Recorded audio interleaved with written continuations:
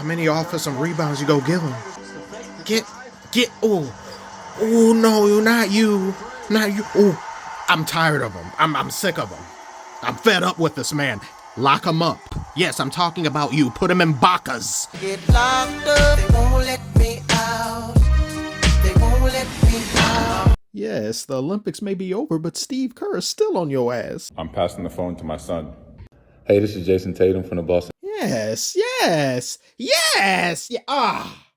2 out of 3 ain't bad. Laughing at Tatum's expense time is over. Despite having a rough first half, he came alive in the third, and he ended this game with 32 points on great efficiency, 50% shooting and 50% shooting from 3. I find his unselfishness, versatility, and upstanding character detestable. This try-hard, sweaty, committed to excellence, irritating-ass team in the Celtics still managed to give the Warriors a tough and close matchup with no Jaylen Brown and no drip stops Porzingus. Nice shoot. Celtics fans question, who the hell is this? Where did you get this judicial dog? And don't tell me he's been here the whole time. Impossible. I remember those who play great despite my wanting them to lose because of the team they happen to be on. And I don't recall ever showcasing jealous rage about this man, so you must have built him on the sidelines or you assembled him in Area 51. He had a tremendous block on Curry, and he had a Thor God of Thunder dunk. Having this many talented players on a roster, it just doesn't sit right with my spirit, if it's not my team. I was really looking forward to this game primarily for the Warriors, as I haven't made a video about them in quite some time, and the last bit of news I got from the Warriors, at least when it came to just functionality of the team and what goes on from player to player salaries, was the chef himself, Curry, signing a 1-year extension, so he's going to be on the team through 2026 to 2027. And I was very interested to see how this would play out, what dynamic this would create, especially in just Klay's absence and you losing such an integral piece and identity chip of this team that have won you so many championships, and how they'd fare going forward without him. And they are faring pretty damn well. They parted ways with a light-skinned Splash Brother and said, we're going black, but we're not going back.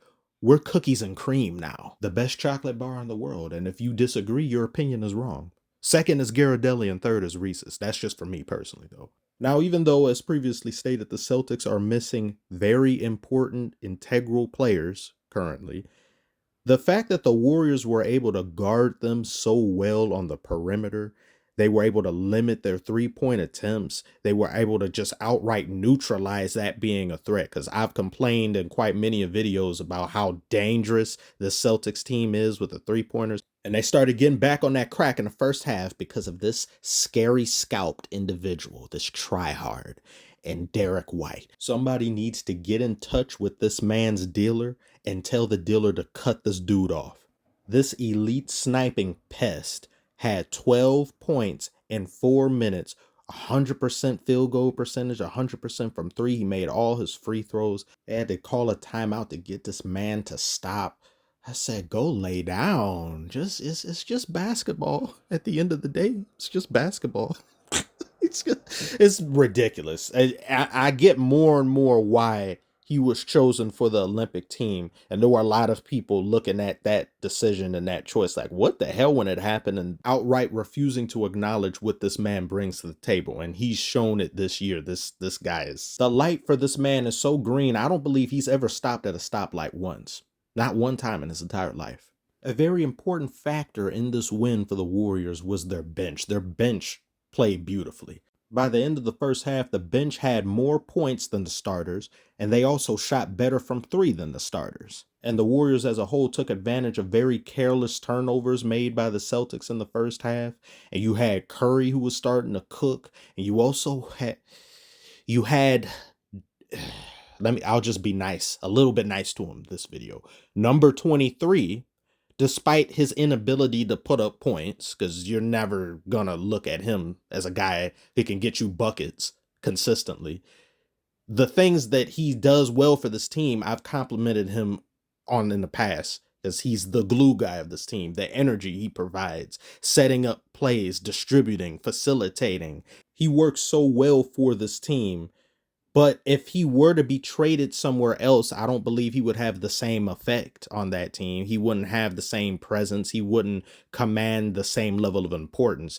But just for the Warriors, he's always been an integral piece and a very important factor of what makes this team successful. He was only 2 of 8 for this game, but I saw multitudes of plays in which he affected a great many factors because that's kind of his job. I mean, Lord knows we can't depend on you to hit an open 3, but whatever. So, and just talking about how they were able to deal with the Celtics this game, to do this to the Celtics in their home court, and to basically keep the lead throughout that they had, because this was a really back and forth game, but to really press the attack and then to capitalize on the Celtics' mistakes and Tatum being out of it a little bit. Even though Tatum came alive in the third quarter, by the fourth, they got back to containing him, even though they were letting Derek White go off. But it seems like Curry, he may have a little bit of some grudge against Tatum, or he's going out of his way. It's like, I will double team Tatum and nobody else. So long as Tatum doesn't get off, I'll be a happy man.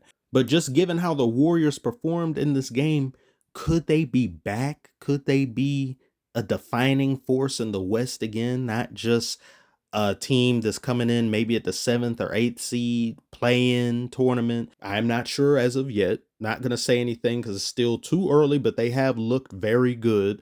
Curry looks comfortable. He just got back from injury, and it doesn't seem like it was a slog in how they played. Like last year and year before, you could look at any Warriors game and pick apart the issues. You could see the body language.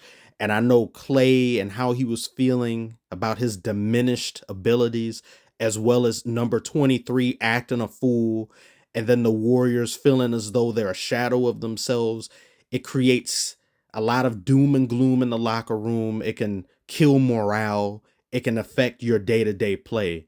They don't look like that this year. I still think they could use a trade or something to really put them over the top, to make it so they're definably in the top echelon of the West where no one's going to question anything. But the league isn't really helping them or doing any favors, because they were denied the Paul George trade that they wanted. They tried to do something else. And a lot of teams just have Warriors PTSD. And they said, we ain't helping your ass. And maybe the Celtics could be that team that gives the whole league PTSD, where nobody wants to help them or make trades with them or do things out of spite. Because even now at this point, I'm still comfortable in saying I really don't see what team can defeat the Celtics in a 7-game series.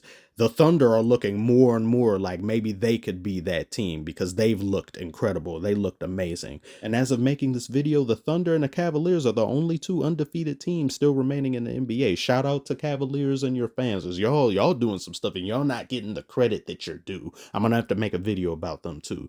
But tell me, what did you think about this game?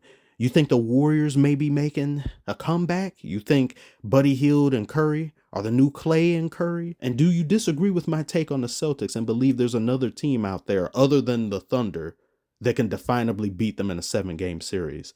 Comment below, let me know. Like and subscribe if you are new. Thank you all so very much for watching as always, and I will see you on the next one.